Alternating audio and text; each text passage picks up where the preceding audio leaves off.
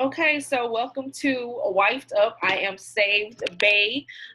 Just a little bit about myself. If you're sitting in this room, it's because you have found me on TikTok. TikTok is where I have built my women's ministry.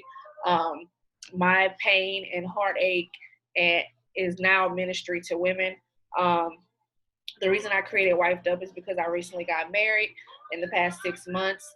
And the good thing about my marriage is that I didn't think that I would be able to be married because of the type of lifestyle I lived before I gave my life to God. And God definitely sent my spouse during my faith season. So my job now is to help put women in position to help them receive their kingdom spouses. The thing that I do want to be able to do in this boot camp, since it's just us few right now, is just to be able to be intimate. If you have questions, you can pause and ask me, because I'm a firm believer that closed mouths don't get fed. Like, if you're in the boot camp and you don't understand something I'm saying, or you want more insight on it, feel free to ask questions. I like when people go back and forth with me, because it just makes it better. It builds a bond between us, and then you also can leave here knowing that you learned something, and not that you just sat here and looked at me give you information.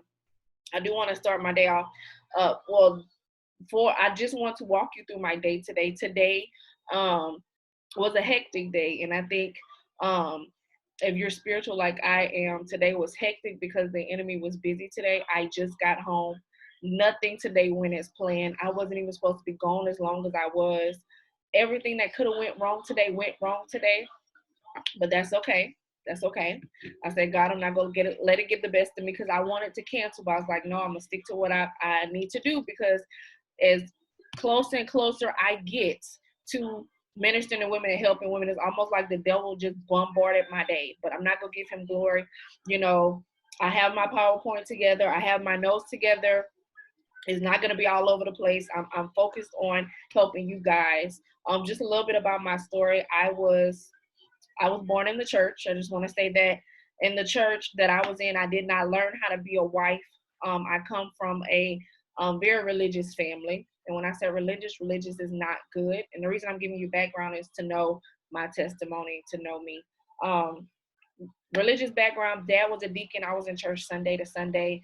I didn't learn how to be a wife, not even from my mother, because my mother had mental illness. So not only did my mother have mental illness, but my dad was never around a lot because he gave his life to the church. And growing up, you can't ask certain questions in religious homes, because if you ask something you consider disrespectful. So I learned growing up that women couldn't open their mouth, women couldn't have an opinion, women couldn't get an attitude with their husbands. What I learned in church was prosperity gospel. I did not learn how to be a wife because I felt like my mother was in the horriblest situation of my life. That's just my opinion. She's still married to my dad. They're Christians, they're believers, very religious, they're very old school. My mother never worked a day in her life, never had to. And I grew up not understanding why things happen the way they happen, not understanding why, we would act one way at home and then go to church and act like everything was okay. Still didn't work. Are you recording? Still okay. I'm so sorry, you guys. Somebody is trying to get into the meeting. I'm so sorry. But just to piggyback off of where I left off, I grew up. Where was that? I grew up in the church. Somebody's waiting. Somebody's waiting. Somebody was waiting. Doing again. I'm so sorry, you guys. I'm so sorry. I apologize.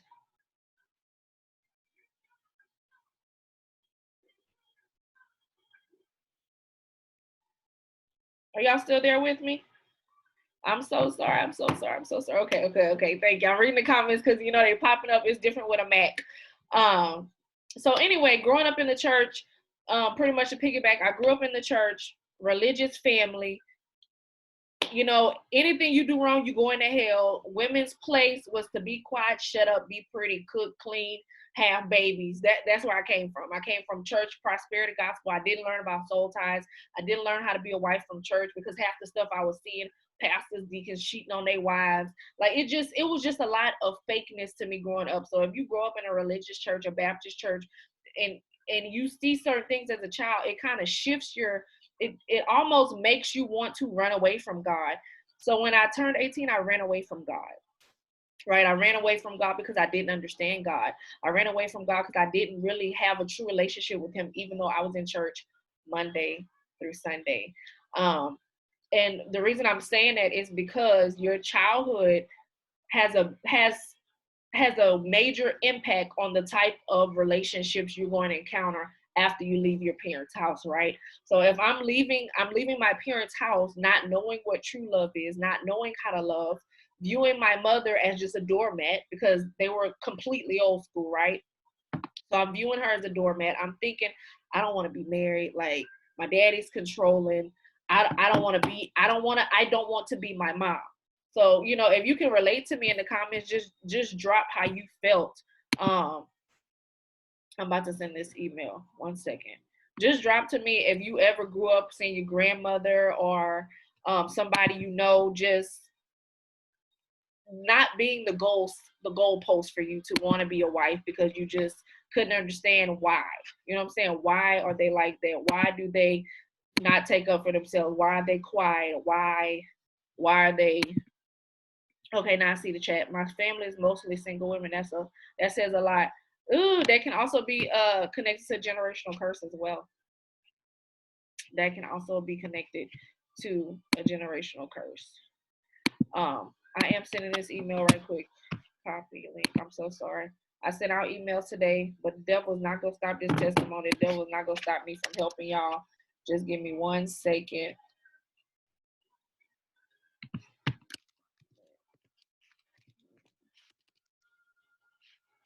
One second.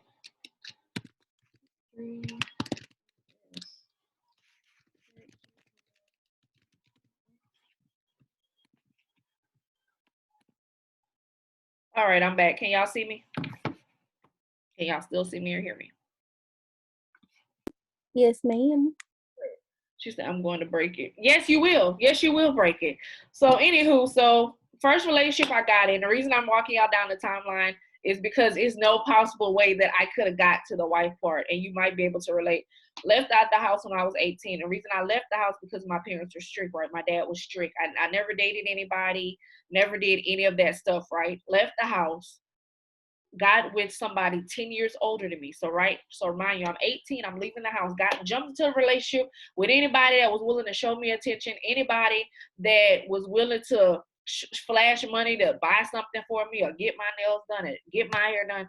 Jumped to a full-blown relationship with him, moved out of my dad and mom's house before I graduated when I was 18. Actually got married to this man, not understanding that he was 10 years older than me, so he was grooming me. He was grooming me because how many men do you know that really would literally date somebody 10 years younger than them? That means something's wrong with that man, that everyone his age doesn't really want nothing to do with him, right? So he groomed me and I was green, right? Because I'm coming out of church. So this is my first soul tie. I married him because I felt like I had nowhere else to go. I married him because I felt like I didn't want to go back home. And he was a sort of freedom to me. But the whole time the enemy is working it out to where I'm green to everything. I don't know his past. I don't know what's attached to him. And I get pregnant for him. Now, before I get pregnant for him, he beat me. He gets drunk with his family. The family hates me, but I'm still staying around because it's really the only place I have to go. A lot of women stay in relationships where it's almost like back in the day. Like I was my mom all over again. I left the house for the enemy to put me in the same situation, right? Like you can't really move or go left or right because the man is your main provider, right? So that was how my first relationship started off. Fast forward, my second relationship, I divorced him, right? Divorced him, got out of a relationship. Second relationship that I jumped in was with somebody new, but it stayed in I got introduced to the Zydeco world. Got introduced to him, went back and forth with him for 2 years. Still green, still making soul ties, still not breaking the soul ties before I move on. And then the cycle kept continuing. Got with my son's father, got with my last daughter's father. Like the cycle kept continuing. One thing about the enemy is the enemy knows the purpose on your life before you even know it. Even if you're so green to what God is doing, the enemy still knows purpose on your life. So the enemy has full reign to throw you in toxic relationship cycles to stop you from being on the path to receive your kingdom spouse. So that was me. 10 years of my life, soul ties, 4 or 5 relationships, 3 different ex-husband, and 2 kids' daddies outside of that. So that's 3 baby daddies total. According to society, it's no way possible that I can have a husband. So after this last relationship, which is where I'm gonna walk you through what I went through this last relationship that I went through, right? God woke up the purpose in me. God woke me up. Because even though I was doing my thing and living my life 10 years in soul ties, right, with men, God still had his hand on me. I still knew him. I still was building a relationship with him. Now, should it take you 10 years? Heck no. It should not take you 10 years to build a relationship with God. It shouldn't take you 10 years of going through cycles. But like me, I'm going to just call myself the comeback kid at this point, because God is great. Thank you for his mercy, because it's no way possible that I could have still stumbled into my purpose. My last relationship pushed me into purpose, because it was the most demonic relationship I have ever been in. Well, Tremaine, what this got to do with what you're saying? Soul ties tie into why you're probably still in the same cycles and probably still not married, right? Somebody is waiting and coming back. That was. Um, Somebody came out and came back in. Rashana, are you still there? Yep, I'm here. Sorry, I got a call. No problem. So anyway, what I was saying, my last relationship, the reason it ties into this, because that was the most demonic relationship I've been in. I don't know anybody's religion on here. I don't want to know anybody's religion, but it matters what you know spiritually. It matters. Your relationship with God matters. Your discernment matters. Having the gift of the Holy Ghost matters. And I know I'm throwing a lot out there at one time, but it matters. I got with him not knowing what he was attached to. Okay, so let me just run y'all down. His family was attached to witchcraft. Okay, and because I was not married to him when I got with him, I formed another soul tie with him. So that's 4 or 5 soul ties I have complete. Didn't break the last ones, right? So I'm jumping into another covenant soul tie. Okay. When you get into a relationship with a man and you decide to sleep with them and that's not your spouse, right? You're creating a soul tie. That's why the Bible says sex was only meant for marriage. But thank God for grace and favor, because clearly I had 3 kids before I met my husband, so I was already doing that. But the reason for the soul tie is for you. The Bible says you become one. You become one with your spouse, one with your husband, right? You come one with him. Okay, well, if you're sleeping with different type of people, you got sneaky links, you got your boo thing, you still messing with your baby daddy, still messing with high school sweethearts, you're keeping a soul tie. And the dangerous part about a soul tie is based on who you're dealing with. If they don't have a relationship with God, that's a problem, number one. Number two, what struggles do they have that they don't show you? My spiritual mother used to like to say, when you start dating a man, right? When you start dating a man, you're meeting his representatives. That's the person that puts on the 90-day facade, like I'm perfect, I'm everything you need me to be, I'm gonna be sweet, I'm gonna be nice. But see, after the 90 days, I feel like people can't fake that long after the 90-day period. And that's when you start to meet who they really are. What if your husband is a toxic soul tie? That was my first husband. What if your first husband are you still with him? Like, are y'all married? I'm guessing from the comment y'all married. What if your husband still is a toxic soul tie? If he doesn't know God, since you're married, I can't tell you what to do. But I can tell you, Jasmine, I can definitely tell you from what I'm seeing, if you stay rooted in God, like I see that you're doing already, if you stay rooted in God, God will cut off the dead parts that does not align with his will for your life, right? Now, one thing you can do, you can fast for your husband. I don't know if you ever fasted. The Bible says some things are only broken off by prayer and fasting. Some principalities come down with fasting, but with that fasting and prayer, and you're believing for God to shift whatever's going on with him, whether he's a narcissist, whether I don't know what's going on with him, but I know the power of prayer. And sometimes we can get with people that God did not ordain for us.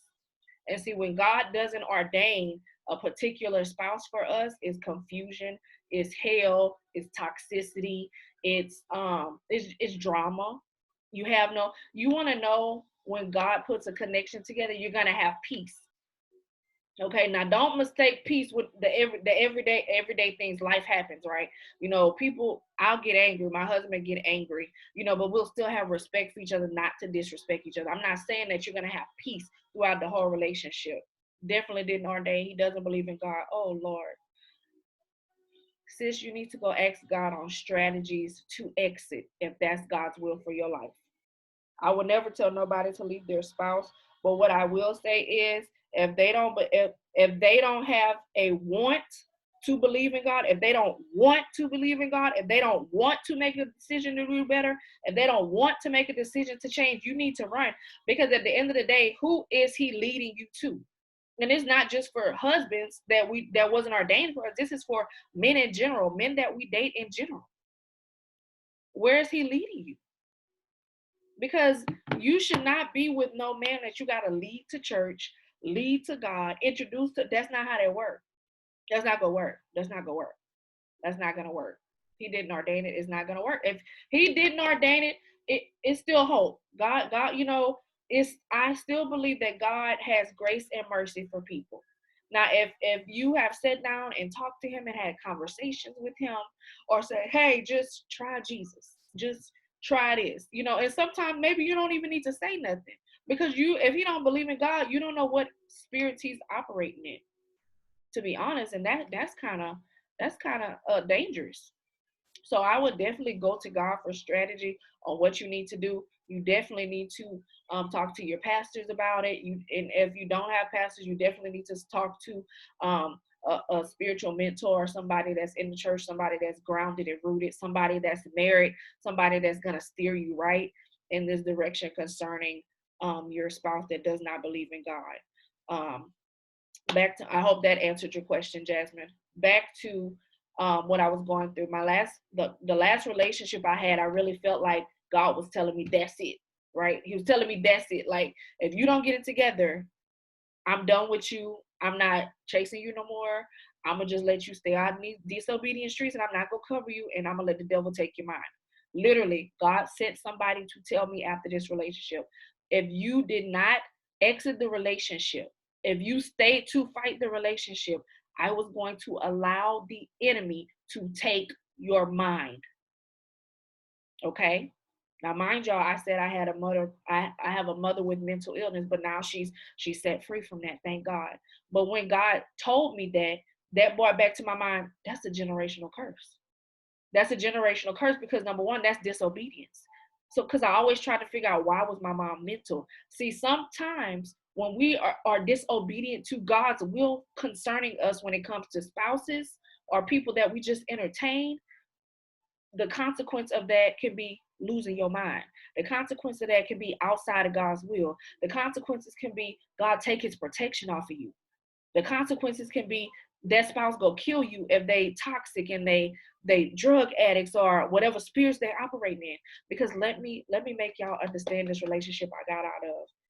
My life was in danger, and God didn't expose that until we broke ties, right? So in this relationship, y'all, let me tell you how you have to, why it's good for you. See, I'm just going into my story. I'm not even into the presentation yet, y'all. Let me tell you why it's very, very, very important for you to have your own relationship with God. Because I introduced my ex to God, right? I introduced my ex to God. I introduced him to God. I took him to church with me, right? We were good in church here on Sundays. He was amazing. The whole relationship. I said a prayer for him down to the T, y'all. I want him tall. I want him dark. God, I want him to have a big penis, God. I want him to know you. I didn't even say I want him to know you. That's all I said. Catch that. That's all I said. So guess what? When God hear your prayer, guess who else hear your prayers? The devil hears your prayers as well, right? So guess what the devil sent me? Everything I asked for on a silver platter. And the thing is, I didn't have to go look for him. He we went on a blind date to go to a Mason ball. Let me just let that sit in Mason. That's demonic right there. We met on a blind date at a Mason ball, and it was held. It was great for a few months, and after that, it was hell to pay. What I received from that relationship with him. Now, mind you, he meets me. Right, I'm in God right now. Right, I'm in God, learning God, building relationship with God. Just started going to this church, enhancing my gift, getting prophecy on what I need to do, strategy from God, and this man comes along. See, some relationships are distractions from the enemy.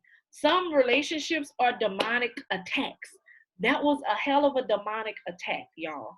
I introduced him to God. I introduced him to church. He didn't even want to be in that church. And this was something that came directly from my pastor because she was prophetic. She was like, he don't even want to be here. He hate being here. He didn't want me to pass by him. He didn't want me to touch him while I've been in one. I'm telling you, when I got with this man, y'all, I had so many spiritual I had so much warfare.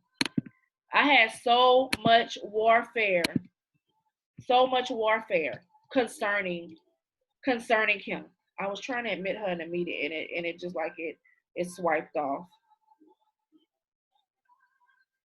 Come in again. It was so much demonic warfare that I experienced in that relationship. Let me give y'all an example. And I'm not doing this to scare y'all, but y'all need to understand that when you attach yourself to people, you might as well get ready, whether you prepare spiritually or not. With him, I was not spiritually prepared. I didn't have the gift of the Holy Ghost. So I just thought we were just having dreams and the enemy was trying to attack our purpose. The nights I would sleep with him at said location, I would have dreams of warlocks walking in the room and messing with me. I would feel demonic presence around me all the time. I didn't even want to walk down the hallway in the house we were in. It weird things would happen. I would wake up, I would have dreams with demons, and they would bite my arm, and I would wake up and my arm would be hurting. Demonic things happen. He would start having demonic dreams too. So it got so bad to where I went to counseling at church, right? I went to counseling at church,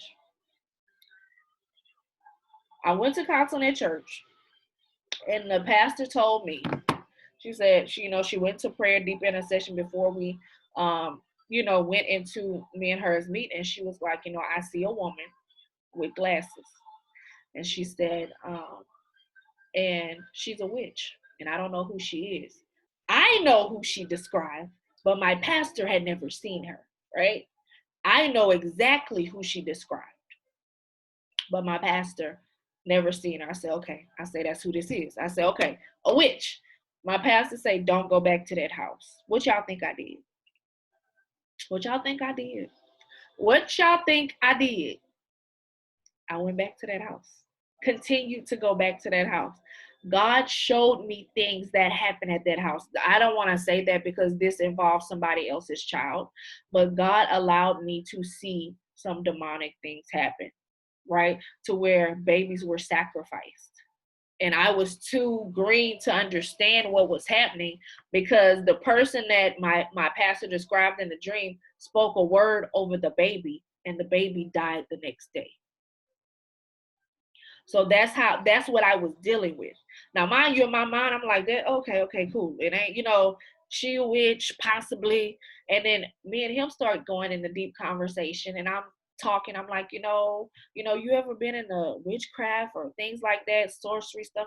Well, he was like, well, my aunt, right? My aunt has books on that. Okay, so that's 2 and 2 together. You got one on this side, and you got one on this side. Mind you, I'm still not spiritually there, right? I'm just like, okay, cool, because me and him supposed to be together because the people in the church told us we were supposed to get married, y'all. People telling us we're supposed to get married because of how it looks when I come to church. I want y'all to catch that. Don't allow church people to make you think something that God did not confirm within you already. People can have a word for you all day, but if it's not confirmed, it's not God. God does not give a word to you or send a word to you without you being confirmed. It don't happen. It won't happen. Okay? It won't happen. I got a word. We're supposed to get married. Inbox me, buy your dress. Y'all getting married. Not knowing I'm going through hell. But didn't you tell me I was going, like I was dealing with witchcraft already? Yeah, this was me because I was shacking too. Girl, not knowing when I go home with him. Let me tell y'all something. God gave me 2 times to get away from him. And I still, let me tell you something. I prayed for him to come back. I have to be transparent because somebody need this. I prayed every time God would remove him. I would pray, God, please bring him back. It would take 3 months at a time, like clockwork. Every 3 months he would come back around. Every 3 months he would come back around. I'm praying against God's will for him to come back into my life.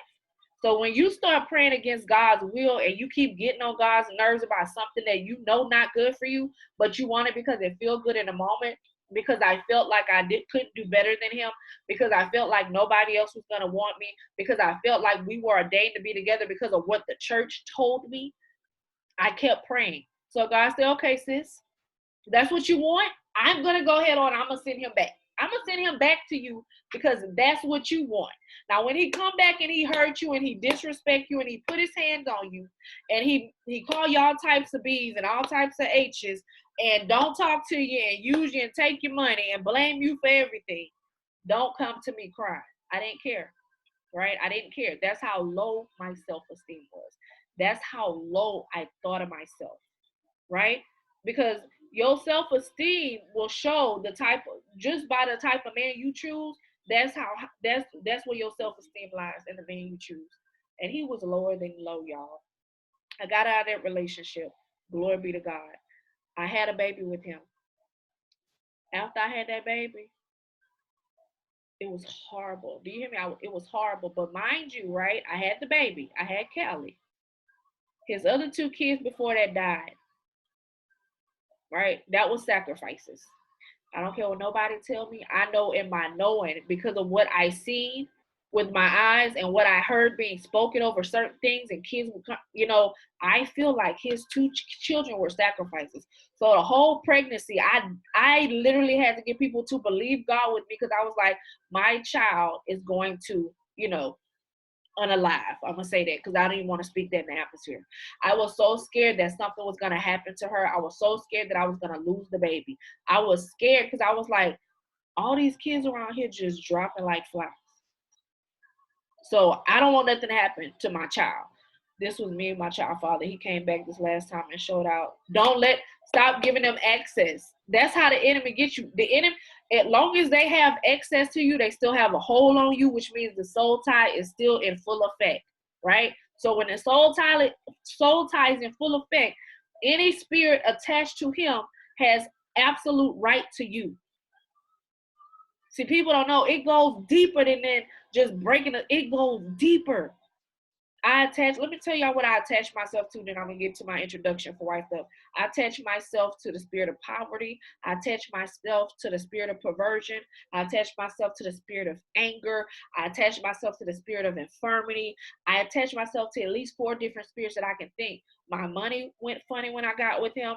I all of a sudden wanted to watch porn all the time. Never really wanted to watch that in my life. When I got with him, the sensation got stronger. Why? Why did that happen? Because I had attached myself to somebody that did it. When you attach yourself to somebody, you take on all of the stuff that they deal with that they did not show you. This was me with my child father. He came back this last time and showed I was doing so good until he came back and broke me down. But God has came and mended my heart. Don't let him back in. Close the door, close the door, close the door. Don't let him back in. Don't let him back in. Do not let him back in. Oh, shit, that thing. Do not let him back in the door. Okay? I attached myself to all of those spirits and wonder why I was in fear all the time. I was depressed all the time. Let me tell y'all something. I was so deep. That was a demonic relationship. I was so deep into that relationship that my 15-year-old and my 9-year-old was like, when he moved out, they were joyous. They was like, Mom, we do not like him. He's hateful. He's evil. And then my 9-year-old, that's why I say it's very important. to introduce your children to God. My 8-year-old, 7-year-old son at the time sat down and told me, he said, Mom, sometimes people will cover up who they are to like act like they're good, but they're really not good on the inside. And that was my sign from God. Just my son just said that and was right back to playing his iPad after that. And I was like, how did I not know that my children were miserable in the same house as us? How didn't I know my kids were miserable? Because I was busy crying and fighting mind battles because of dealing with him every day. I cried myself to sleep, not thinking my kids knew that. Y'all, the house, I can't even tell y'all. Let me tell y'all something. When he left my life, when God allowed him to leave, let me tell you something. God had to turn his heart to leave me because I wasn't strong enough to do it. I wasn't going to do it. And when he left, y'all, I slept so peaceful in that house. And I mean, he took everything, some of his and some of mine. He cleaned out my house. I didn't budge. I didn't clap back. I didn't do none of that. I had the peace. When you got the peace of God, it don't matter what people tell you, what they take from you, what they do to you. I said, God had already started preparing me 90 days before we ended. Right? He had told me, he had instructed me to stop sleeping with him. This is when God was starting to pull on me, right? Because now he had full reign to do what he needed to do and use the relationship to get me to the point I needed to, but he needed to bring some pain on me so I can switch and do what I needed to do, right? So 90 days before my relationship with him ended, God started pulling on me. He said, stop sleeping with him. I stopped sleeping with him. 90 days before the relationship ended, I completely stopped sleeping with him.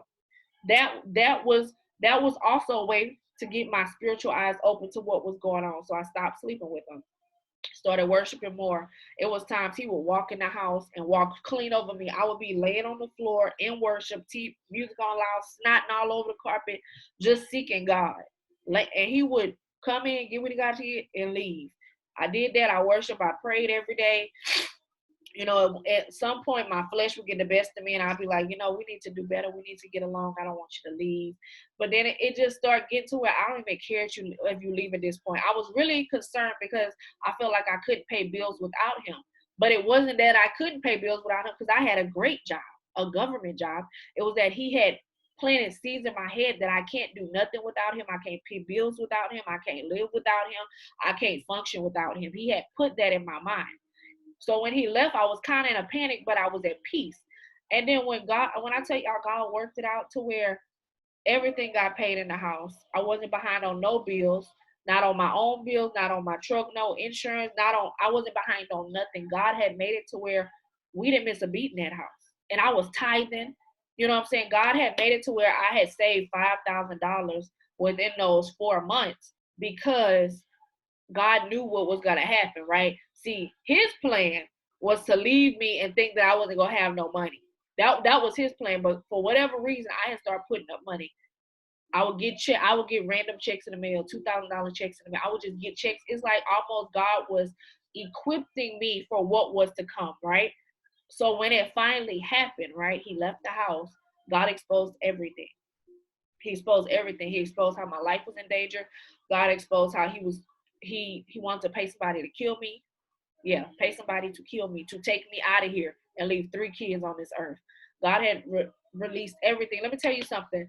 The girl he wanted to pay to harm me called me in conviction from God, right? Called me in conviction from God. Let me say that again. The girl that he had attempted to pay to harm me called me in conviction from God and said, I just want to say this to you. I know we don't talk like this. I know we don't get along or nothing like that. But he tried to pay me to bring harm to you. And I just can't take it no more. I have to tell you, this is what he wanted me to do. And you have never been mean. This is what she said. You have never been mean to me. You have never been rude to me. You have never judged me. And you always spoke a word of God concerning me. It matters. It matters how you treat people. Because what if I had been rude to her? What if I had snapped at her? What if I had judged her based off of her current life at that time? What if I had not been Jesus, been a sign of that God was in me with her? God convicted somebody that I don't even fool with like that to call me and reveal the plan of the enemy. That's how bad God wanted me to see. Like, after this right here, you're not about to come in no prayer closet and ask me to send this joker back, because now I have revealed that he wanted to kill you. He wanted to take your life. He was okay with that. God, let me tell you something. God will use somebody to come stop you from destruction. I don't care. I don't care if it's a bird, a dog, a cat, a donkey. God go use somebody to come warn you. Warning come before destruction, right? If I had not got that call from her, I was going to get back with him. Do y'all hear what I'm saying? If I would not have received the call from her, I was going to get back with him. Not only did God show me that, God allowed the enemy to talk to me through him in our living room at the time, to where he told me all the plans. Yeah, your best friend was sitting there talking with my best friend at the time about me. God allowed God allowed the enemy to flow through his mouth to where everything was exposed. When you done, when God is tired of you not being tired of it, he will expose everything. And when that boy closed his mouth, he couldn't even believe the things that he told me, because a lot of stuff he told me I wasn't supposed to know. Let's just be clear. But I say this to say that God had did some things for me, right? And the reason I'm saying this is because when you get with certain people, you're attaching yourself to whatever they got going on. Some people, some pray. Let me tell you something. The enemy hear your prayers just like God hear your prayers. So be very discerning of the will of God for your life when you praying for certain things, because the enemy gonna send exactly what you pray for, and he gonna make it look like it came from above, and then he gonna tap it in church people ear. He gonna tap in everybody else ear. He gonna tap in everybody else ear, and he's gonna make them think that this is what God said do. But see, they didn't check the spirit before they babbled out and told me that, hey, this, right? They didn't babble out, tell me that before they said, this is your husband. Okay? So have your own discernment, right? Have your own discernment. Go to God for yourself. Don't just believe people because, oh, they say somebody your husband. No. But they didn't know the hell I was going through. They didn't know the hell I was going through outside of the church. They didn't know how I cried myself to sleep every night. They didn't understand how I had the spirit of fear, of infirmity, of perversion, of doubt. They didn't know I was losing my mind. They didn't know that my kids seen this. They didn't know that. They did not know what the burden I had to bear in my house. They didn't know how hard it was to get up in the morning. They didn't know the depression spirit had set on my back. They didn't know that I had contemplated taking my life because of the relationship, this last relationship where I was in. That's why ain't nobody can make me ever doubt God. Nobody can ever make me doubt who God is, because he saved me from that. He saved me from that. I could have lost my life. I could have lost my mind. I could have lost everything behind a relationship that he did not ordain. And people can sit here in this world and think that spirits aren't real and demonic things aren't real and witches aren't real. Witches do not have green faces and pointed nose and warts. Okay? Witches look like the average church woman. Okay? Let's just go there. Let's just go there for a minute. Witches look like the average church woman. Okay? The devil comes into everything you like. That last relationship was everything I liked, sent by the devil, made to make me think it was from God. I don't care what nobody tell you concerning a man you're with, whoever you with, right? Whoever you choose to be with. Go to God first. Don't take people's word for it. Don't take my word for it. Go to God for yourself. Because if you ever get to the point to where you're depending on people's voice, God will stop talking all the way around. You won't get another prophecy. You won't get another word until you get in your prayer closet and you figure it out. Hey, you guys that just signed in, I was just giving my little Cliff Notes version of the relationships that I've been in, but you definitely can catch the replay. Now I'm going to get into the Wife Up boot camp. So what we're gonna work on tonight is a couple of things. If you have pen and paper, we're gonna work on mindset and accountability for sure. Um, my intro, I definitely have some journal things that I want to read, which I think would y'all like to hear like just one journal I had now. Now this is a letter. This is how God dealt with me at the end of my relationship. When you get out of a relationship, it's hard. I didn't just jump out of the relationship that I was demonically attached to this man through all types of spirits, through all types of covenants that I agreed with to be with him, right? And the things that I watch happen.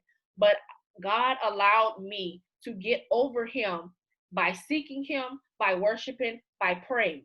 But see, I'm still a woman and we have to get it out, right? So I'm going to read you guys one of the notes that I found in my phone today that I wrote him because I want to show you the transparency of where I was with my mindset. Even though God had freed me, he still, I still struggled. Okay, this was written on July 14th of 2020. I say, dear, this is my baby daddy okay. I say, I miss you, but it's the old you I miss. I miss your hugs, your love, your smile, your skin, your everything. Let me tell y'all how what I wrote was false. The mindset I was in, I was writing this letter based off of the perception that I wanted him to be, not who he actually was. That's why I don't care what type of relationship you get out of, your mindset is not going to be there at first because you're going through hurt, you're going through pain, and you're also thinking about the perception of them that you have built in your head about them that's not actually true about them. Okay. I said, I prayed my butt off for us to work. I wanted to be your wife. I wanted you to see my worth. I wanted you to feel my love for you. I wanted you to experience me with the walls down. I wanted you to love me unconditionally like Christ loved the church. I wanted you to see my heart. I wanted you to fight for me. I wanted you to not leave and give up on me. I wanted you to forgive me. I wanted you to see past the BS. I wanted you to treat me like you want someone to treat our daughter one day. I wanted you to not hate me. I wanted you to not look at me in disgust. I wanted you to not blame me for everything. I wanted you to take accountability. I wanted apologies with changed actions and not excuses. I wanted Lex to tell me it was all a lie. Lex, this is the girl that God convicted to call me, right? This is the girl that God convicted to call me and tell me that he had paid her to end my life. Okay. I wanted Lex to tell me it was all a lie. I wanted you to hold me and pray for me. I wanted you to know how I hurt so much that I couldn't cry a tear. I have not cried until today. I have begged God to take my pain away and my feelings for you. I told God I wanted to be like you and move on. I wanted to be like you and not care. I wanted to be like you and move on with no problem. I wanted you to motivate me. I wanted you to uplift me. I wanted you to be my partner. Now, see, in this context that I'm reading, I wanted him to be God. If y'all not catching that, where my mindset was at, I wanted him to be God. Okay? I wanted you to understand. I wanted you to be my partner. I wanted you to know that hurt people hurt people. I wanted you to understand that I always had your back. I wanted you to know that I prayed for you to experience this. To my surprise, wait, hold up. I pray for you to experience this moment of good credit, money saving, your life together. To my surprise, you had the nerve to believe I was jealous or shook. When I met this man,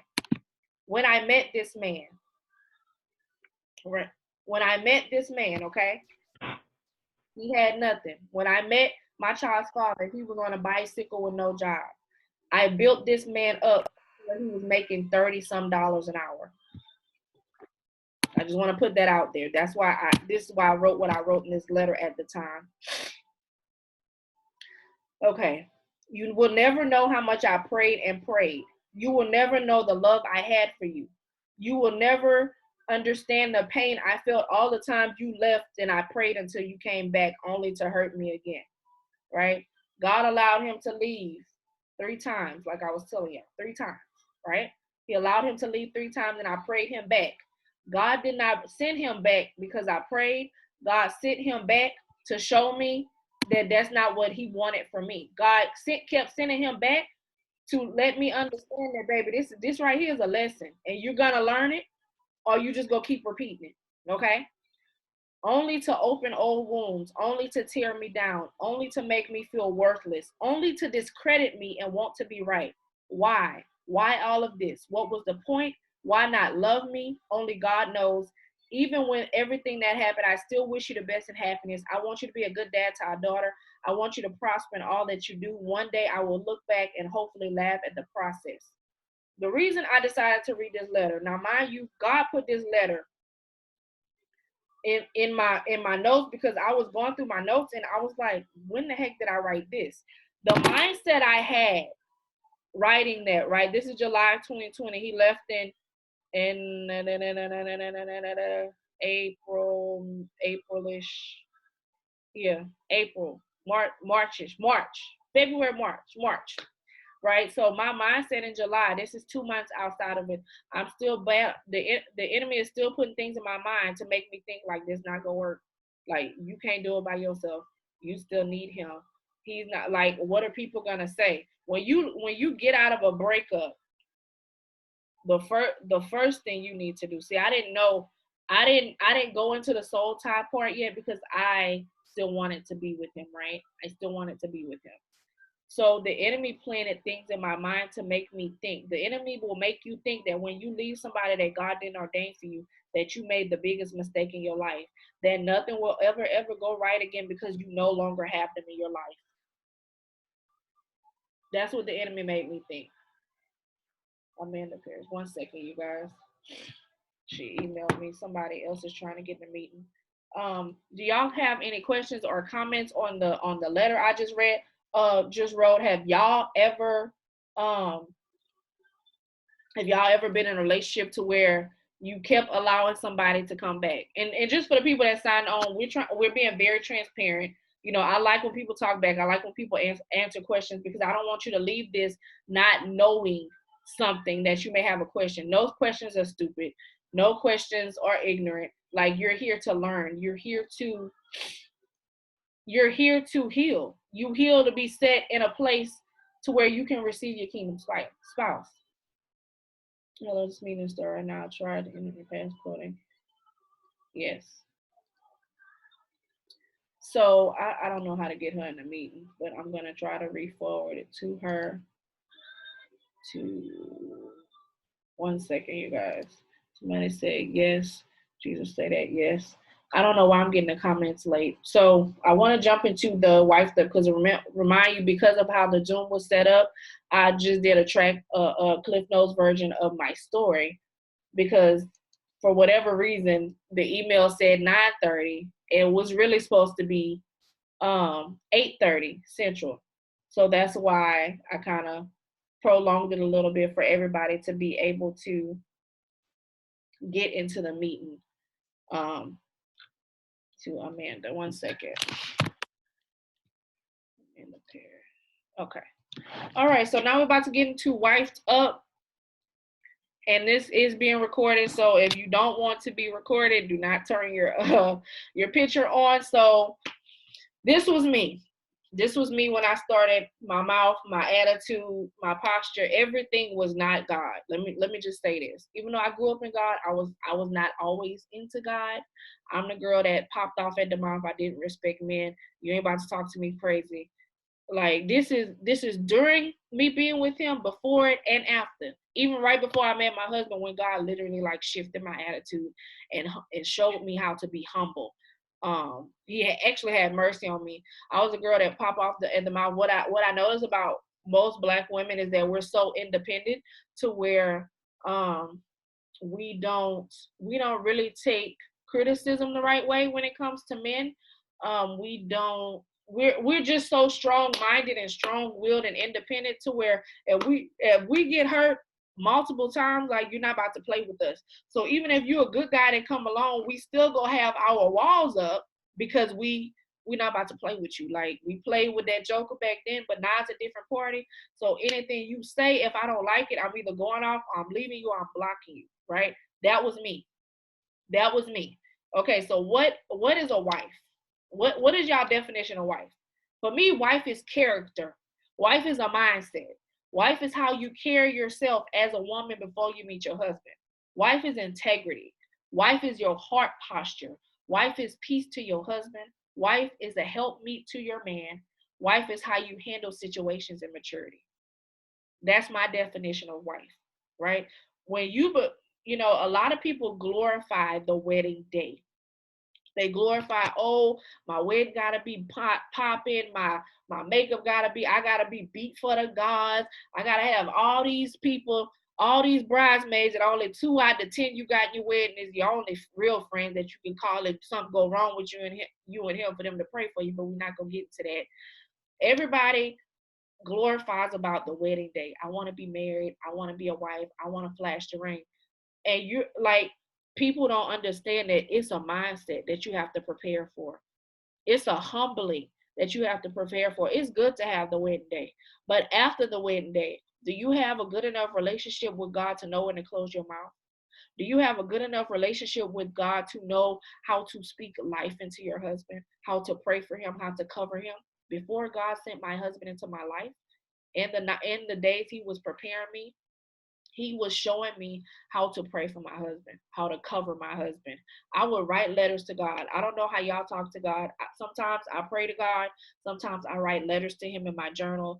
Sometimes I talk in full-blown tongues because only the Holy Ghost can know what to pray when you don't know what to physically pray in English and the spirit, right? God had me, I started to write letters to my husband. And in those letters, I had a list, right? I had a list. And then one day God was like, throw that list away, because what I'm gonna give you is what you need spiritually, but it's not gonna be what's on your list. I'm gonna give you what you need for your spirit. Let me not say it like that. I don't want you to settle. Okay. So whatever list that you have racked up, right? Whatever list you have racked up to receive your spouse, throw it away. God is going to give you better than what that list say. Number one. Number two, 9 times out of 10, when we write the list, we're writing the list out of a fleshly place. So if you have pen and paper, know that wife is a character, right? When I was with my ex, I still carried myself as a wife. Well, how can you carry yourself as a wife and you were shacking up? Because of the way I carry myself, because of my mindset, because of my integrity. You ever ran into people and they be like, you married? Or like, you not married? They were shocked to find out I wasn't married. When I asked one of my guy friends one day, I was like, what makes y'all think that I'm married? What makes you think that I'm married? First thing that came out of his mouth, the way you carry yourself. You're not posting butt selfies. You're not wearing shorts nowhere. Like, and this is just me, y'all. This don't go for everybody. You don't be in the clubs. You're not in the clubs no more. Like, you chilling, like you at home, probably watching some gospel wise. You just not somebody. He was like, the presence over you causes men to understand that I can't approach her because she's not even about to play, or I can't approach her because she got a whole nother calling on her life. That's how my friend explained it to me. He was like, you just have a wife look. You look like a wife. You look wholesome. You look like somebody that I can settle down with. You don't look like you belong in the streets. You don't look like city girls. You know what I'm saying? That's how he described it to me. So really sit down and think, how do people view me outside of my friend circle? If I was to meet me today, if you were to meet yourself today, would you think that you were carrying yourself like a wife? How does your social media look? And y'all say, well, what they got a lot to do with the posture of a wife, the character of a wife, the integrity of a wife. How do you carry yourself? What can people say about you?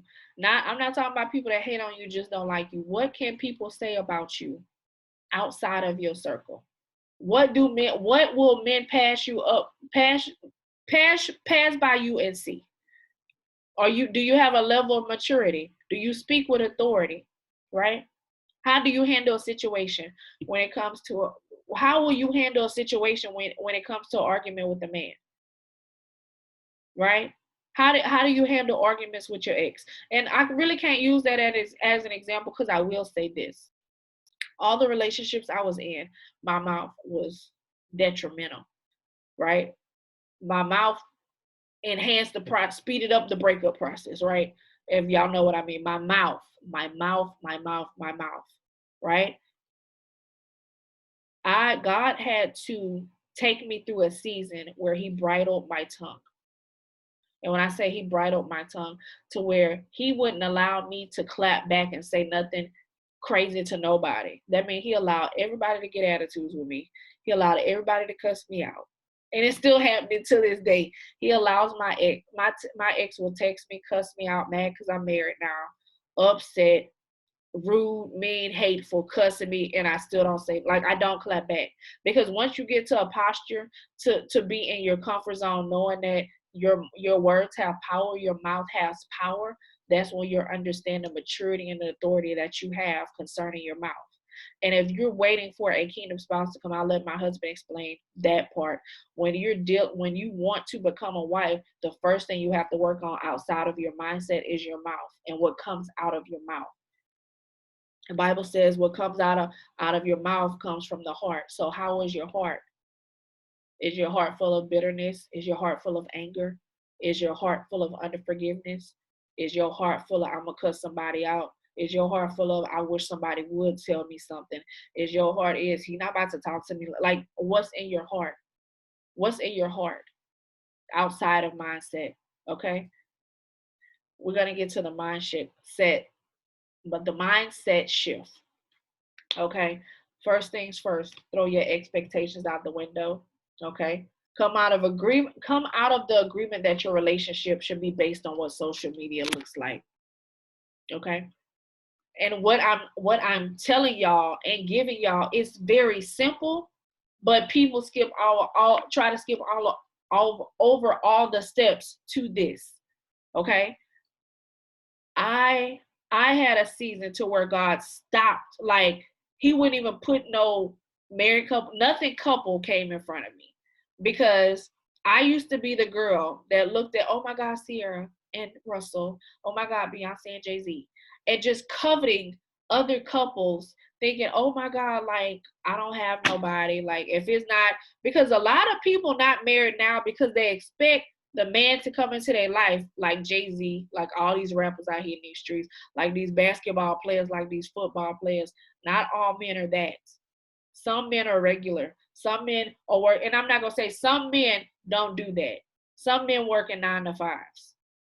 Some men are businessmen. Some men are entrepreneurs. Some men are pastors. Some men are ministers. Some men got their own thing going on. So stop expecting the Bugatti type of men for God to send that type of man. Because 9 times out of 10, all of those men that are saved, some of them are already married. And men like that, at that stature, at that limit, that make money, they have multiple women.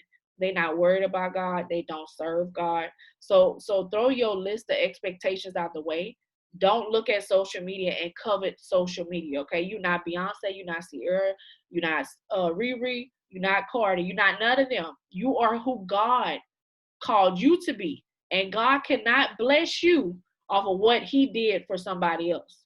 Now, just because people are happy and wealthy on social media, don't mean that's God's doing, okay? Because all gifts don't come from God. Remember that. All gifts don't come from God, okay? Comparison can poison and dilute the things that God has for you. When you go to a place of comparison, even when it comes to your body on social media, comparing yourself, comparison kills what God has for you because you think it's supposed to come in a certain box. What if you think that God is supposed to send you a red box, right?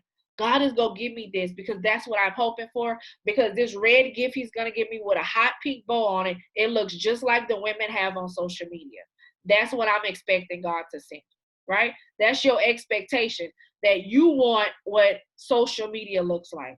But God sends you He doesn't send you the red box with the pink ribbon on it. He sends you the pink box with the red ribbon on it. And it's a little bit smaller. And you like, that ain't even for me. That ain't mine. God, ain't no way God sent me there, because he heard what I prayed for. He heard the list I wrote down. He see what I be coveting on social media. Ain't no way he sent me this. The point of me telling you that is that God is not going to send you what you expect him to send. God is a joking God. God be having jokes. God will play with you just to see how much you trust him. I'm not going to get to that part. I'm going to let my husband talk about that part. Killing connections and ties, okay? We're going to get to the soul tie part of this. If you're connected, even if you're on here now, if you're connected to somebody, that it may be a boyfriend, a sneaky link, you know, you may have a dude that bring you food, weed man, whoever you sleeping with, anybody you sleeping with. If you know that that's not a God ordained relationship, kill it right now. Not tomorrow. Kill it right now. Why do I need to kill it right now when I'm chilling, we good, we vibing? Kill it right now. If you want God to position you to be with your kingdom spouse, you got to sacrifice a season or some seasons of singleness. And when I say singleness, I mean singleness. Like, I ain't got nothing to do but sit on the sofa singleness because I ain't got no date. My DM is dry. That type of singleness. Can y'all hear me? Y'all not, I need y'all to interact with me. I need y'all to throw some things in there, pump me up in the comments or something. You need to be on a one-track mind to prepare for your kingdom spouse, okay? So let me go back through it. The mindset shift, that has to happen. The mindset shift has to happen. Number 2, social media. Don't base your relationships off of what social media look like. Don't base your relationship off of what somebody else got. God can only send your mail to your house, right? God can only send your mail to you. God is not going to send you somebody else's mail. God is not going to send you Sierra's husband. And why? Before we even get to killing connections, I'm going to jump right over here to Sierra's prayer. Because I've never been this single in my life. I recognize the season I'm supposed to be in right now. It don't feel good, but it is good, I bet. Let me tell you something. Enjoy your singleness. Now that I'm a wife, now I understand why people said enjoy your singleness. Because when you get married, it's God, husband, children. God, husband, children. So I'm a wife, right? Okay, I'm enjoying my singleness so much right now. So, girl, yes. Yes. And when you marry the right person, that's peace too. I just want to throw that out there. When the people when the old folks say enjoy your singleness, because when marriage is ministry. So now I have to submit to my husband. I have to do wifely duties. I have to put him and his and what he needs before my needs, right? God, husband, children. God, husband, children. And he does vice versa. But many women know that wives is gonna always do more than the husband do. You know, they go to work, they make the money. They, thank God my husband helps me with housework. But I know some women that their whole life is totally submitted to their husband. I'm not saying that they don't have a job outside of that, a life outside of that, but your ministry and marriage is to your spouse and God. Like, enjoy your singleness. Don't be so quick to jump into marriage. Live your life first if you have to. Live until God send him. Enjoy life.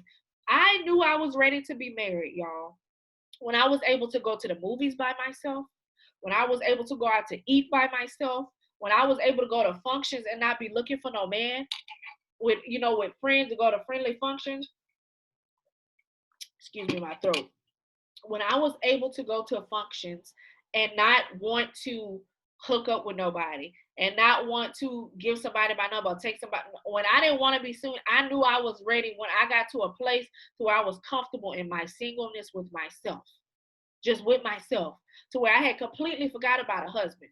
Now, mind you, I was praying prayers of protection for my husband. I was writing letters to God saying, hey, God, I just want you to protect my husband. I want you to help him find me. If he's in a wrong relationship now, God, dismantle it all.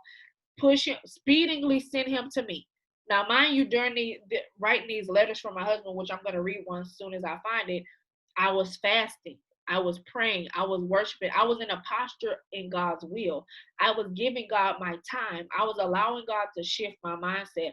I was allowing God to pull things out of me, bitterness, anger, unforgiveness, hatefulness, snapping off at people. I was allowing God to do heart surgery on me during this time, right? So Bree, enjoy your singleness.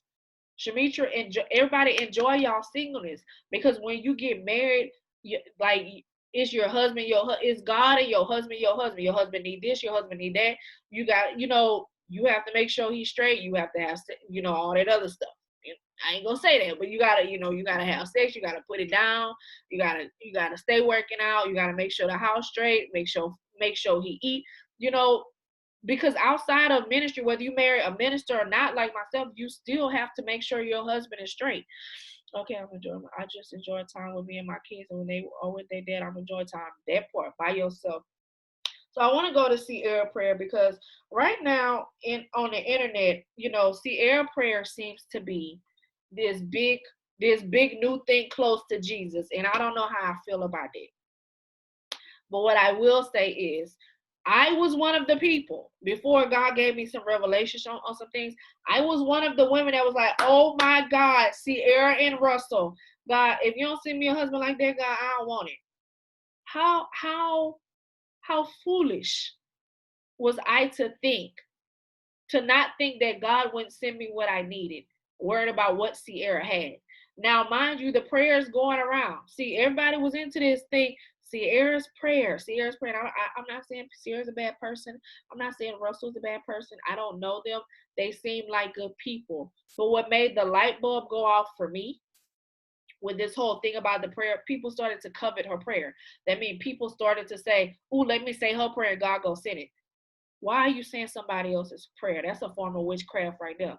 God is not going to send you what he gave Sierra if he gave that to Sierra, if y'all follow what I'm saying.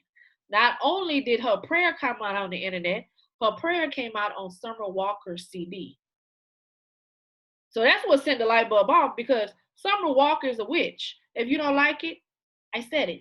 Summer Walker is a witch. Well, how you know Summer Walker is a witch? Summer Walker posted her altar of witchcraft on Instagram and her stories. I think it's on her page. She did all that. So what I had to do, throw all of Summer Walker's CDs away, stop listening to her music.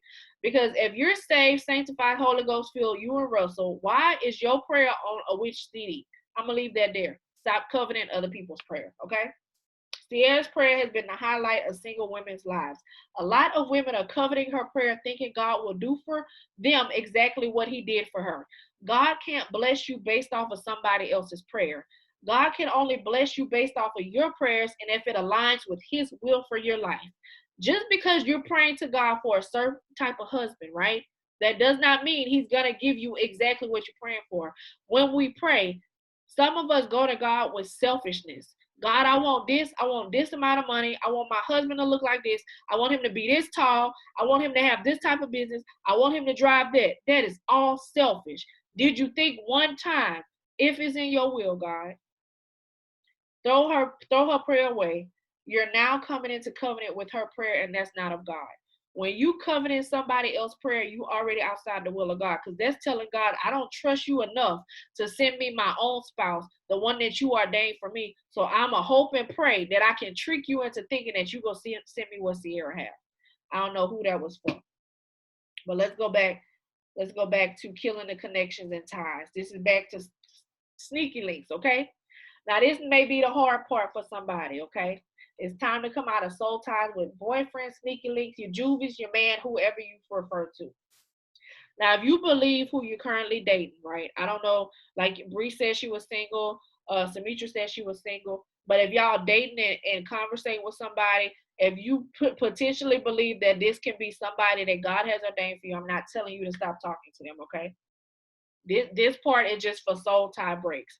This is for, you stop talking to your ex, you stop sleeping with your ex, right? Matter of fact, I'm gonna send y'all all a copy of my soul tie printout in my Canva after this for free. If you have been in a relationship with somebody and you were not taught about soul ties, and you don't know how to break soul ties, and you just think that the relationship is over because y'all don't talk no more, you don't know what they're doing, that's not breaking a soul tie. Just because you don't think about them no more, just because you're not hurting from them no more, does not mean that that the soul tie is broken. You have to go dig deep. You have to go before God even after every breakup you go through. This is what I had to learn. You have to go to God after the breakup and say, God, I'm sorry. This is how I talk to God. This your girl. I'm sorry. I know I wasn't supposed to be with that nigga. I know I wasn't supposed to be with him. I know you sent me the red flags. I know that I turned them green. God, I loved him. God, the sex was good. God, help me. I'm sorry. I repent. I'm turning away from him. I renounce the soul tie. I reject the soul tie. I break the coordinate spirit. I renounce whatever covenant I came in, God, with him, concerning him. Anything that was attached to him, God, break it. I'm going to fast for it. I'm going to fast for you to break anything that's still attached. I'm going to throw everything away that they own. I'm going to throw everything away that they gave me. Okay? I'm going to throw everything away that they gave me. I didn't want to throw Apple Watches away. I didn't want to throw clothes away. I didn't want, you know what I'm saying? One lady told me she gave up her house. She gave up one guy gave up $10,000 worth of equipment that their ex gave him just to break the tie. Anything that you keep that's connected to them keeps the soul tie going. Now, if you have kids with this person, I understand you can't throw your kids away, okay? You can't throw your kids away. But what you can do is throw away what you see that's there, right? Somebody dropped off. I guess they didn't like it. Okay. Coming out, okay, we're disconnected from them. Repent to God, coming out of it, and keeping the connection dead. You're changing numbers, you changing emails, you blocking a family, you blocking mutual friends. Why I gotta block them people? They didn't do me nothing. Yeah, they did. First of all, I never understood this with women, and I'm gonna just put this out here. Why do you feel you have to stay in contact with men's families that you date? They family not your friend. We will let me be the first to tell you, somebody with brothers, we will he and ha in every woman face that they bring. Not because we fake, but because we can't control what they do anyway. And regardless of what we tell them, they're gonna live their life the way they want to live their life. You don't have to stay in contact with them fools. You don't have to stay in contact with these people. What is wrong with you? Why do you want to stay in contact with people that laugh in everybody else's face anyway? That's crazy, right? That's insanity. That's insanity. Okay, you blocking a family and mutual friend. You're throwing everything away you received from them. You made up in your mind that you completely done. You've repented. You forgave. You healed. You learned the lesson and you moved on.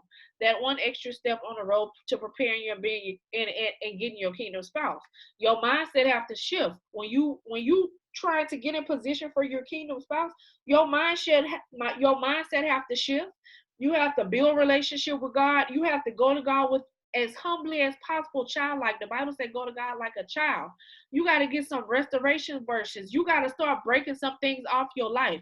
The process is very simple, but it's hard at the same time. It's simple steps, but it's hard to complete, because in breaking those soul ties, in changing your mindset, you have to come to a place of accountability, right? And hold yourself accountable for why you're in the place you're in. Not to blame them, but hey, let me sit down and try to figure out why I'm repeating these cycles. Let me sit down and try to understand why I'm meeting my ex and the same person over and over again. What's rooted inside of me that I didn't dig up, God? Because God, I'm tired of these sneaky links, God. I'm tired of doing this. I'm tired of these cycles. I need you to get me into position, into a place to where you can uproot all these things rooted in me. Take all this forgiveness out of me, because I'm mad at him and I want to get revenge. I want to pay him back. You cannot, it's almost like when you asking God for a spouse, you're also asking God to be more like him.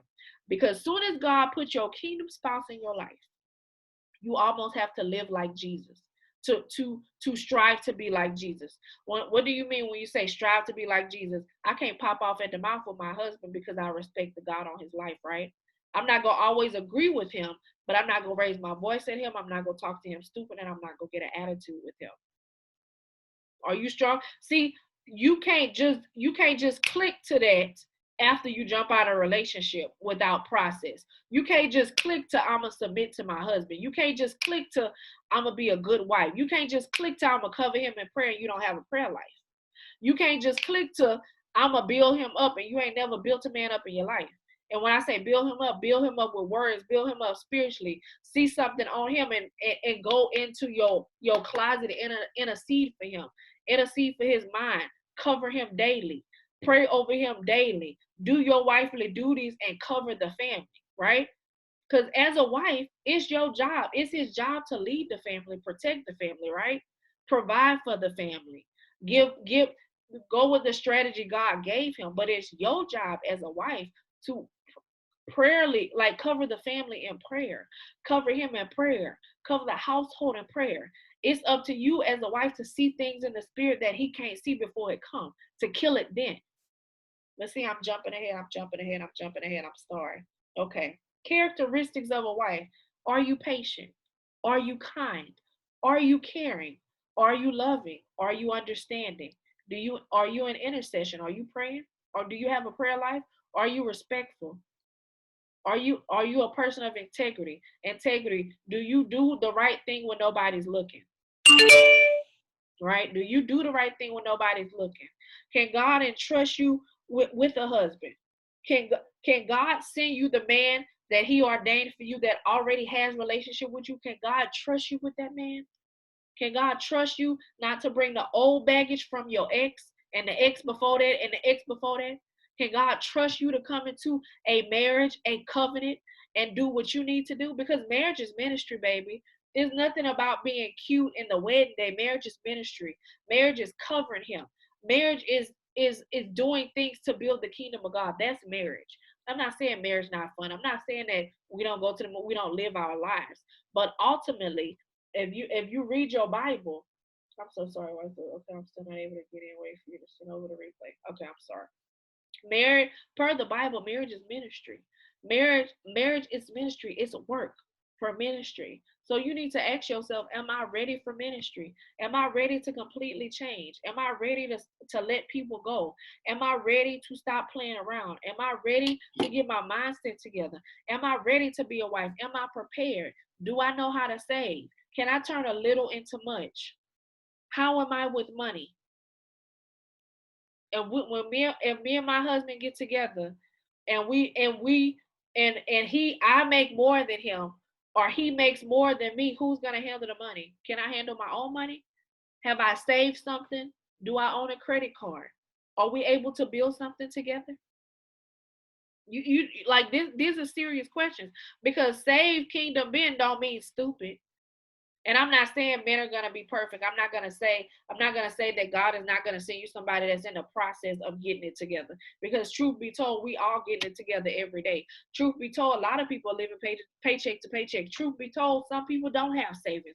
It's a lot of things that my husband did not know when he met me, but God equipped me to know the things that he didn't know, and equipped him to know the things that I didn't know. So that's how God worked it out, right? Are you ready to be able to save? Are you ready to be able to sacrifice to build a better future for later? Are you good with money? Are you good with your spending habits? Can your husband bring home maybe he's not the richest man in the world. Can your husband bring home $1,000 every 2 weeks and you make it work? That's what being a wife is about. Can you build and create off of what he brings home? Can you sacrifice? Can you not spend $500-$600 a day on Fashion Nova? Can you save for later? Can you start funds? Can you start investing? That's what wives do. That's what wives do. And I hope y'all don't feel like, oh, Shiloh, I specifically worded this PowerPoint the way I did, because when we hang up tonight, you're gonna have something to think about. Okay, what can stop your husband from locating you? Let me know. Drop some in the comments. Let me know if y'all still here. Y'all still listening. Because somebody then dropped off and somebody else couldn't get in. And I hope y'all enjoying it. Okay, what can stop your husband from locating you? Number one, soul ties. We just talked about that. Two, unforgiveness. Three, bitterness. Four, the spirit of rejection. Five, generational curses. Toxic men and cycles and witchcraft and curses. When I typed this, it was nobody but God that gave me this. I didn't look on nothing. I didn't look for anything. I sat here and Kim and I said, what can stop your husband from locating you? And I just typed what was being downloaded into my spirit. Soul ties.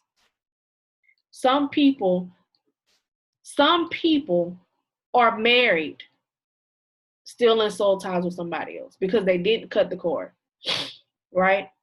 Because they didn't cut the cord. Well, how? Every marriage ain't God appointed. Every marriage ain't God approved. Unforgiveness. How many people do you hold grudges against? How many people hurt you in the past that you still have an issue with? How many men hurt you in the past that you're still angry with? How many men took you down a road to where you just couldn't let what they did go? That you just didn't forgive. And not only will unforgiveness towards the men you used to be with stop your husband from locating you, but the unforgiveness you have with your mother or your father, your siblings, that co-worker at work, that best friend that hurt you and stabbed you in the back after all these years. Who do you have unforgiveness with? Because when you don't let go of unforgiveness, unforgiveness leads to bitterness. Bitterness leads to jealousy, right? Jealousy leads to anger. Anger leads to heart issues. You know, a lot of this, that's real deep, but I'm gonna just say it anyway. A lot of these unforgiveness, bitterness, anger, jealousy, envy, that leads to health issues, that leads to cancer, that leads to diabetes, that leads to curses when you choose to hold on to things. When you choose to hold on to things, it causes other things to be rooted in you. That's why it's important to stay purified, to stay as pure as possible. I'm not saying you're not going to be perfect. I'm not saying nobody going to tick you off. I'm not saying that nobody's going to do you anything, but the Bible says you have to forgive somebody 70 times 7. And I know you may say, I didn't think it was going to be like this. I'm going to tell you everything I need to tell you in this boot camp. You're gonna have to shift something after this. Ain't no way that you can't get on here and not have to shift something to get where you want to be. The spirit of rejection. A lot of women carry the spirit of rejection. Somebody keeps saying it didn't work. A lot of women carry the spirit of rejection. I just want to put that out here in these streets. A lot of women carry the spirit of rejection. Where does the spirit of rejection come from? The spirit of rejection comes from things in the past. Spirit of rejection will attach itself to you, causing romantic relationships to end the same way. Spirit of rejection is also known as anti-marriage, okay? It comes to win trust of the victim, right? The spirit of rejection will go to the spirit of rejection that is attached to you will attach itself to who you're with or vice versa. Okay? If you were rejected in your childhood in your household, you didn't get love for your mama or your daddy or whoever raised you, or you were going through school and certain people rejected you and you didn't know how to deal with that. That's called the spirit of rejection. When you jump into a relationship all green and then you get hurt, and the first thing we feel rejected. Okay, we feel unwanted. That's the spirit of rejection. That's something that has to be broken. Because if you don't break that off your life, that's when you go jump from man to man, and the same thing will keep happening over and over again. I jumped from man to man for 10 years, right? And they all ended the same way. What is that? A cycle. That's the spirit of rejection attached to me, the spirit of anti-marriage that was stopping me from getting in alignment to find my kingdom spouse. Don't think that God is going to allow your spouse to locate you without you working on things like this. Generational curses. Like somebody has said, none of the women in her house are married. I don't know if Bree, I don't know who said that. Bree probably said that. None of the women in her house are married. None of them. So that means that they have a spirit of rejection or anti-marriage on that family concerning men, to where I'm just giving an example. I don't know the family. Most times when I see stuff like that, that's a generational curse that you need to go back and renounce and come out of covenant with. If no women in your family are married, that's a curse. And you don't want that to pass on you if you're believing God for a spouse. So you have to go into the spirit. You have to ask God for the gift of the Holy Ghost.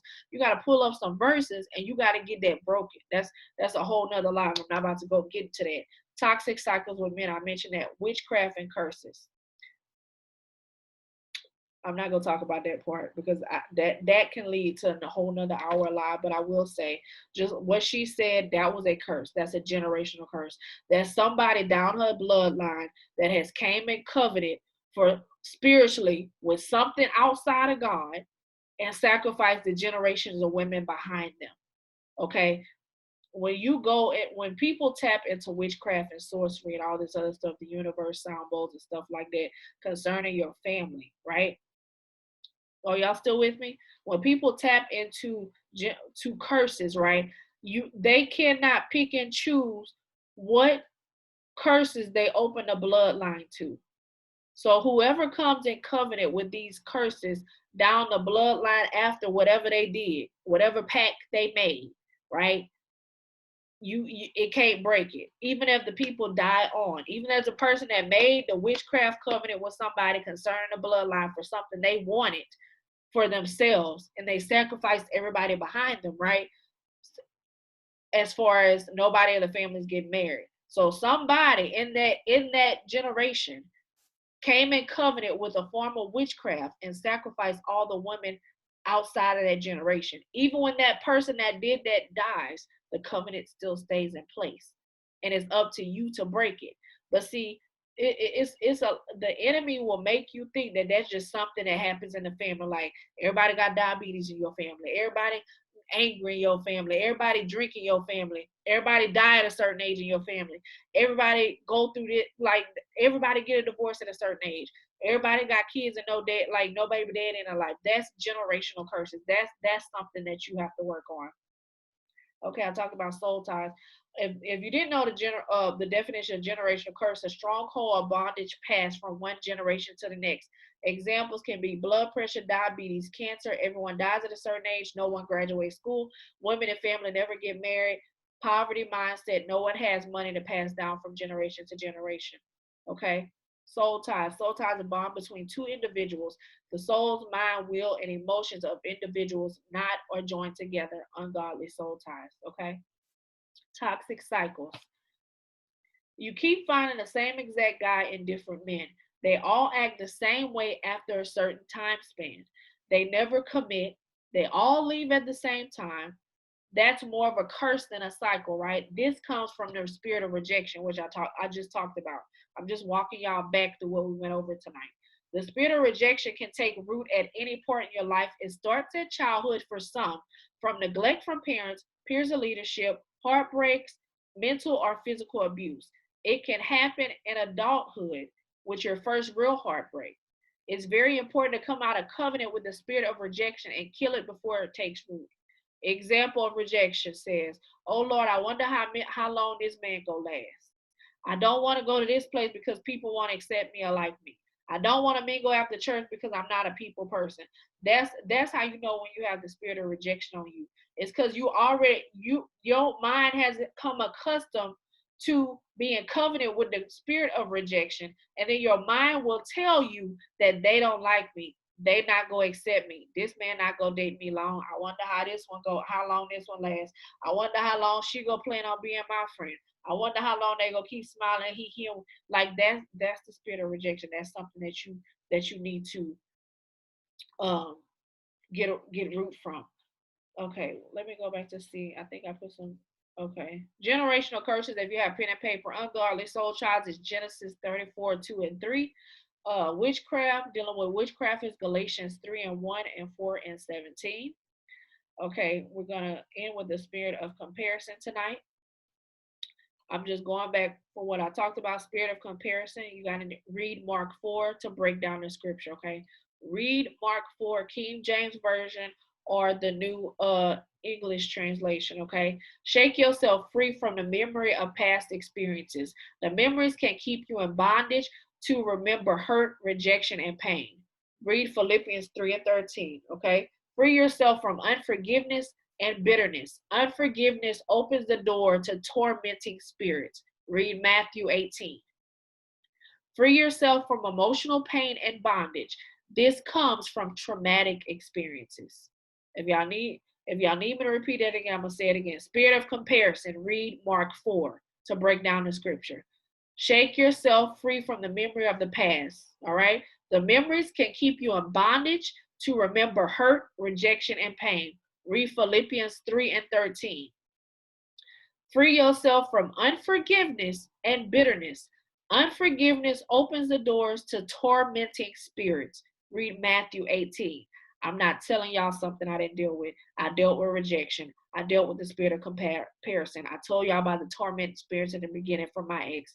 Free yourself from emotional pain and bondage. This comes from traumatic experiences, okay? Okay.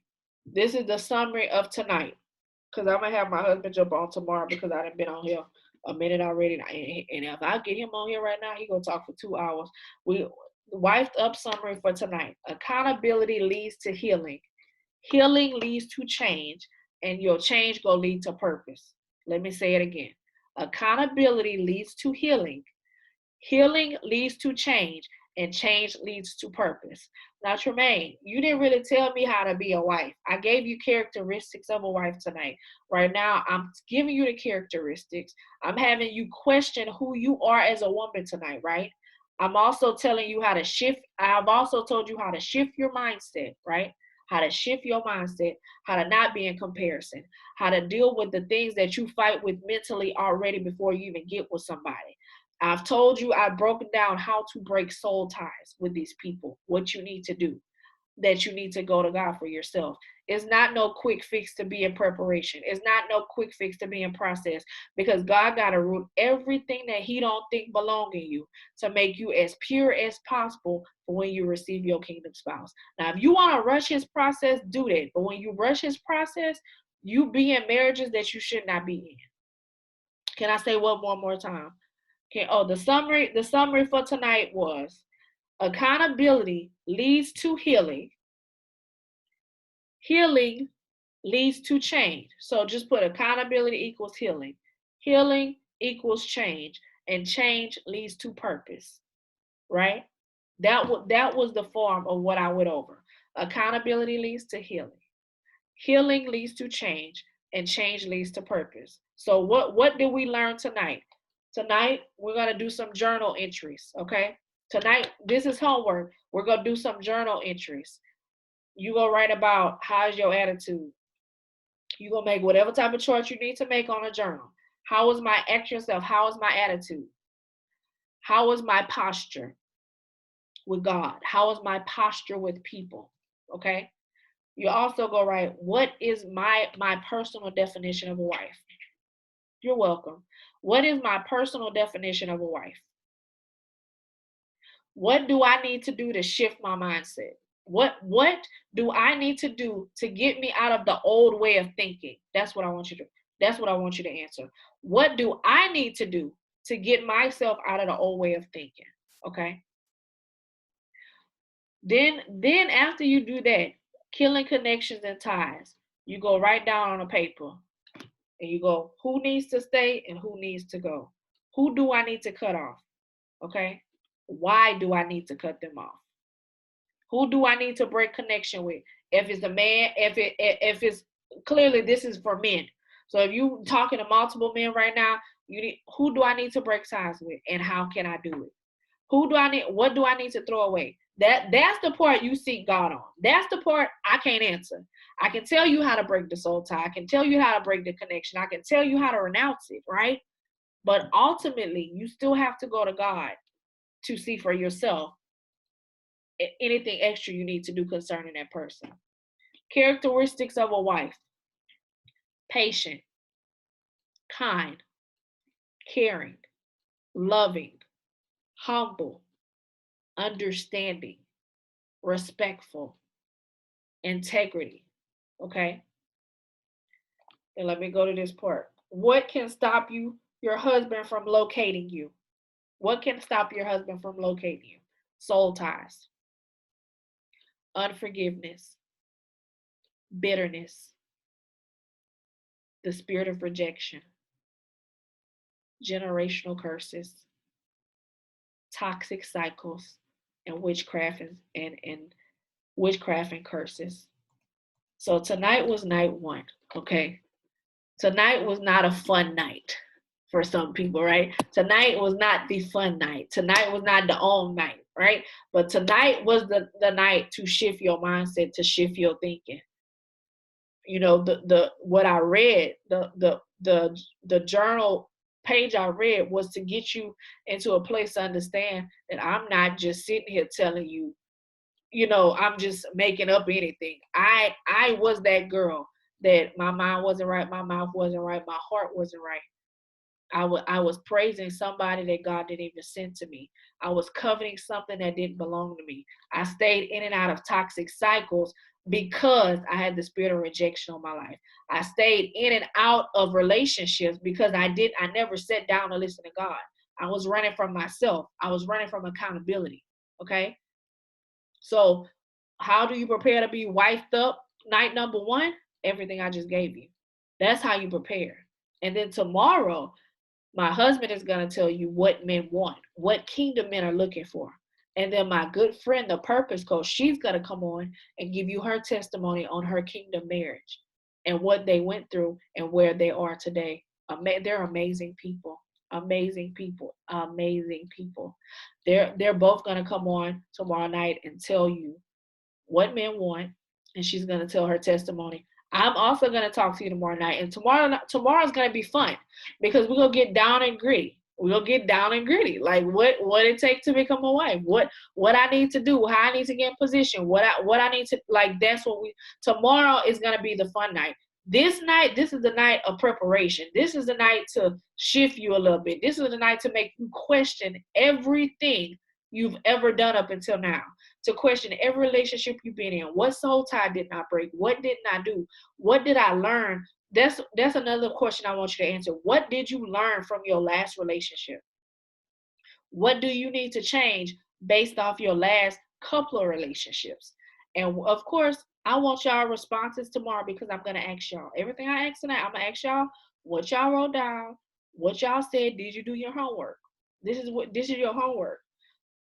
What I am excited about concerning this is that everybody didn't jump on because I was kind of scared. But if all 80 of y'all jump on tomorrow night, it's gonna be lit. If all of y'all jump on tomorrow night, it's gonna definitely be lit.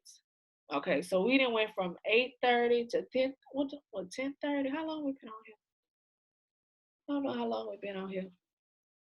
But I definitely want you guys, like, do y'all have any questions? Did you learn something? Did you think you was gonna learn this? Did you think it was just gonna be all hype and no process?